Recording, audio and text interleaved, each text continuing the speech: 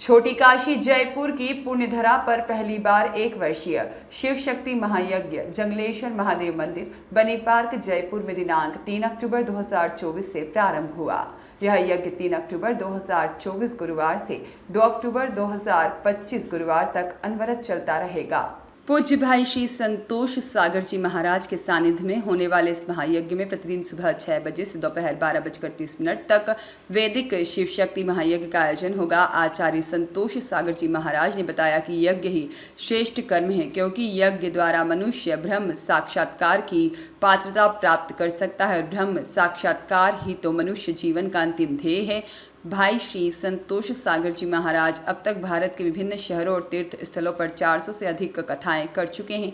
महाराज श्री ने सनातन धर्म में आ रही विकृतियों को दूर करने और युवाओं को आध्यात्मिक और राष्ट्रीय मूल्यों से जोड़ने के लिए राष्ट्र को समर्थ, सशक्त और समृद्धशाली बनाने के लिए 1 वर्षीय शिव शक्ति महायज्ञ का आयोजन किया जा रहा है।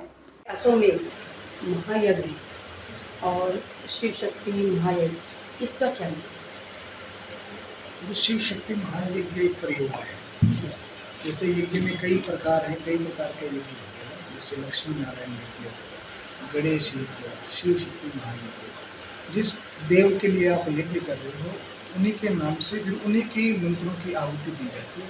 इसलिए ये जो यज्ञ हो रहा है वो शिव और शक्ति का समावेश है। तो यहाँ पर जैसे महामृत्युंजय और नवान मंत्रों की आहुति लगेगी, इसलिए इस यज्ञ का नाम शिव शक्ति महायज्ञ। जी, मुझे ये यज्ञ जैसे सुनने में आएगी काफ़ी लंबा चलेगा जी, तो इसके बारे में संक्षिप्त में थोड़ा सा बताएं। देखो, भारतीय संस्कृति में अगर आप प्राचीन सभ्यता में जाएंगे जी तो सतयुग में यज्ञ की ही प्रधानता थी। जी फिर धीरे धीरे त्रेता द्वापर युग में चीज़ें बदलती गई, पर आज भी यज्ञ उतना ही ऑथेंटिक है जितना सतयुग में था। यज्ञ वातावरण और पर्यावरण दोनों को शुद्ध करता है। साइंटिफिक में भी आप यज्ञ की खोज करेंगे तो इससे बढ़िया कोई कर्म नहीं हो सकता। और शास्त्र ये कहता है यज्ञ वही श्रेष्ठतम कर्म, यानी कि सारे धार्मिक अनुष्ठान कर्म श्रेष्ठ है, पर उन सब में भी यज्ञ को श्रेष्ठ बताया। ये यज्ञ 12 महीने तक 365 दिन चलेगा, लोगों को ये प्रेरणा देने के लिए कि हमारा कोई भी दिन बिना यज्ञ के नहीं होना चाहिए। यज्ञ से ही जीवन है और यज्ञ से ही शुद्धता, पवित्रता और सिद्धि। जी, तो अब इस यज्ञ में आहुति देने के लिए अब तक कितने परिवार जुड़ चुके हैं? अभी मान लीजिए कि 12 महीने यज्ञ चलने वाला है, सार्वजनिक है, तो किसी व्यक्ति विशेष का नहीं। हालांकि हमारे पास ऐसे भी लोग जुड़े जो एक अकेले कराने के लिए सामर्थ्यवान थे, पर हमने ऐसा नहीं रखा। हमने ये सोचा कि हर आदमी की आहुति इसमें लगे, तो इसको सार्वजनिक रखा। तो अभी तक मान लो कि अक्टूबर का महीना यजमानों की लिस्ट में पूरा बुक हो चुका है। अब जो आगे नाम लिखे जा रहे हैं वो नवंबर के महीने के, दिसंबर के लिखे जी, तो जो जजमान अपने बनेंगे जी, उनसे कोई चार्जेबल है या नॉन चार्जेबल?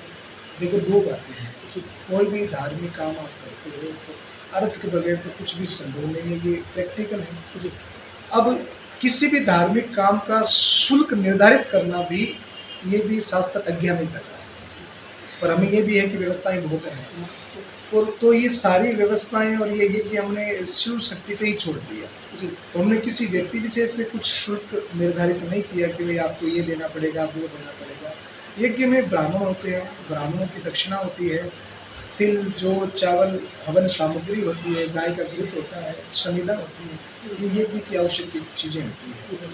तो वो अभी तक तो लोग जुड़ रहे हैं, पर हमें विश्वास है कि यज्ञ के प्रभाव से जब जहाँ लोगों को पता पड़ेगा तो वो आवश्यकताएं अपने आप पूरी हो जाएगी। जी उसी विश्वास पे। जी, इसके अलावा कथा भी अपने यहाँ पे हो रही है? जी, कथा केवल जैसे 1 साल यज्ञ चलेगा जी तो लोगों की स्मृति में ये यज्ञ रहे, क्योंकि आपने एक बार तो प्रचार करवा दिए, फिर लोग इतने व्यस्त हैं कि भूल जाते हो हैं। जाती है। जी तो हर 3 महीने से हमने एक बड़ा आयोजन यहाँ पे रख दिया ताकि लोगों के स्मरण में वो चीज़ आती है।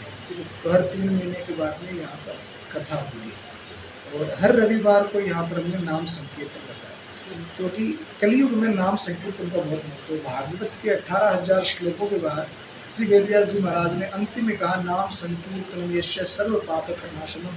तो उसी भाव से यहाँ पर हर रविवार को नाम संकीर्तन। तो गुरु जी, आज की नवयुग पीढ़ी को एक ऐसा मैसेज क्या देना चाहेंगे?